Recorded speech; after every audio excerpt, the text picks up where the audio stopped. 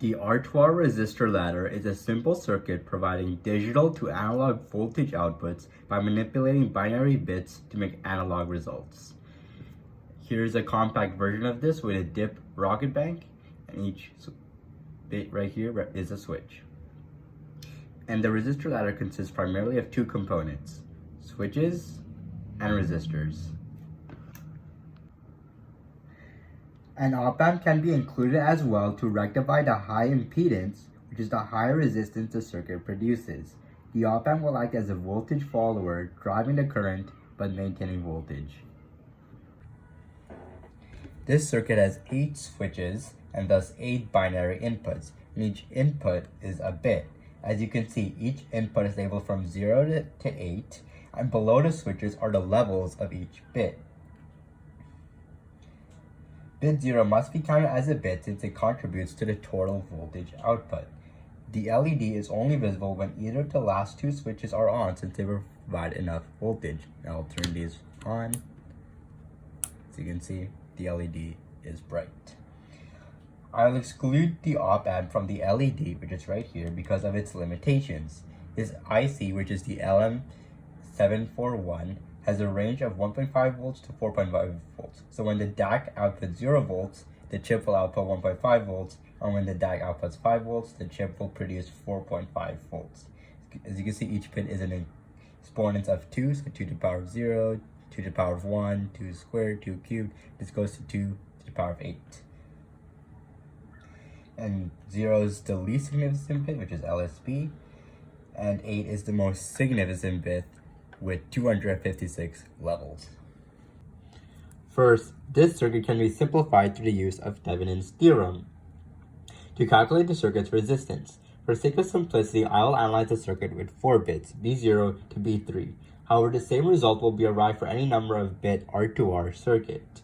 The dotted lines here represent the cuts to the circuit.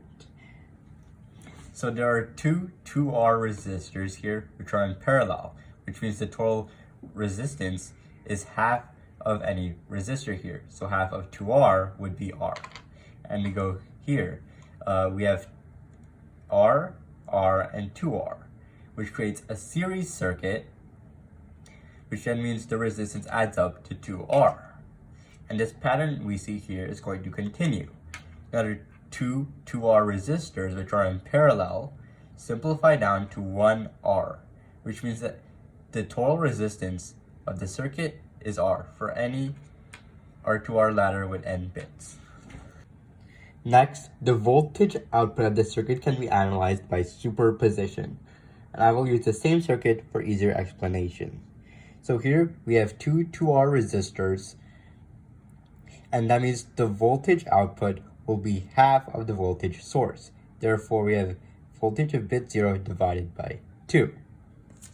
We continue this circuit, we go on, like the series configuration I talked before, we have 2R and 2R, which then means it will be half of the voltage source from before, which is VB0 over 2. And if we divide that by 2, we get VB0 over 4.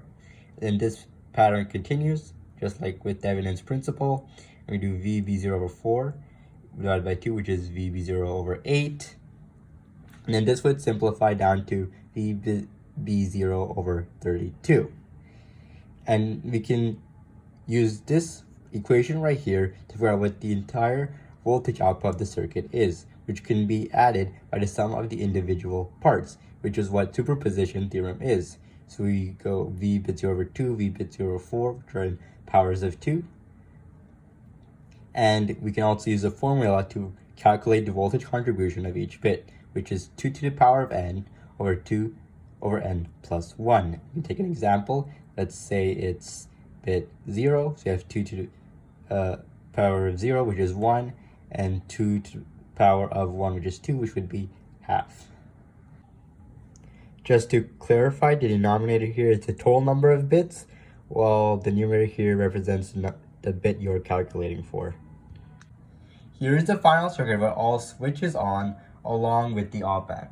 In short, the R2R resistor is a great circuit demonstrating how binary inputs can be utilized to create analog outputs.